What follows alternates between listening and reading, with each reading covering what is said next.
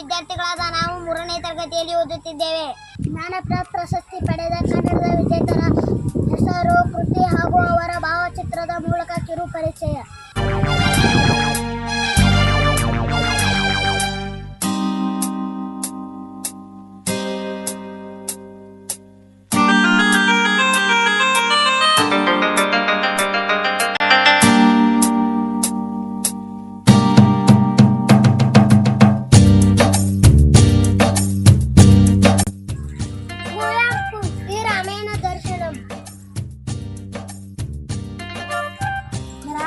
ನಾಲ್ಕು ತಂತಿ.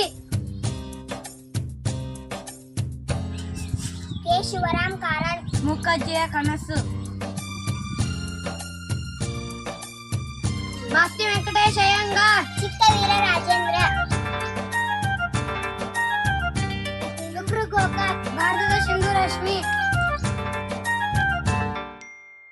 ಯು.ಆರ್. ಅನಂತಮೂರ್ತಿ ಸಮಗ್ರ ಸಾಹಿತ್ಯ.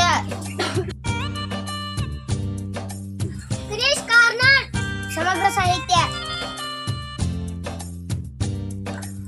ಚಂದ್ರಶೇಖರ್ ಕಂಬ